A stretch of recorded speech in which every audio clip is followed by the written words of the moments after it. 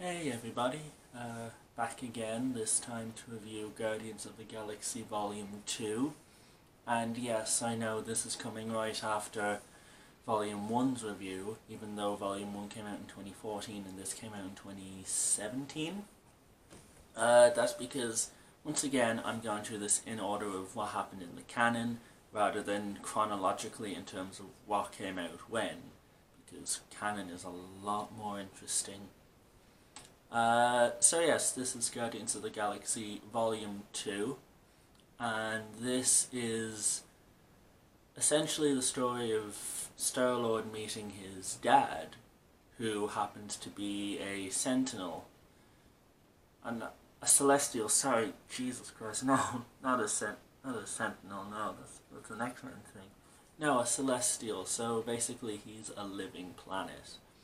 And yeah, so I know I know some people are a bit hard on Volume 2, and I know some people like Volume 2 more than Volume 1. I'm somewhere in the middle. Like, I quite enjoy this. I don't know if it's better than the first. It's on par with the first one for me. Like, they're both equally the same level of quality. Maybe the first one is a tiny bit better. That's mainly just because the first one has a very solid narrative, a very tight narrative. You know, these characters come together, there's an orb, villain gets the orb, they have to stop the villain. Very straightforward, yes, but very strong narrative that drives you from one point to the other very well. The story is a lot more loose, you know, there's not as much going on. You know, everyone sort of splits up, everyone has their own side thing that eventually comes together in the end.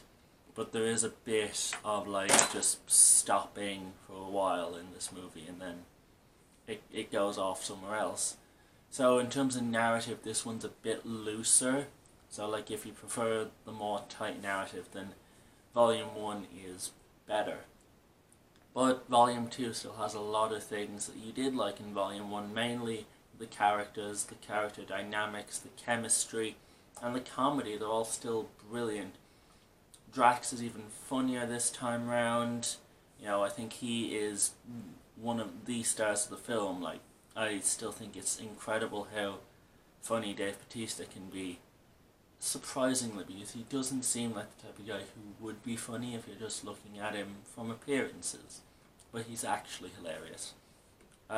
One thing I do like is, just like in the first film, everyone still has something to do. Like, there's no character who's here for no reason whatsoever, which I feel like can be an issue sometimes when it's a group film. And I know this is a standalone film, but the Guardians films are still group films because they are a group.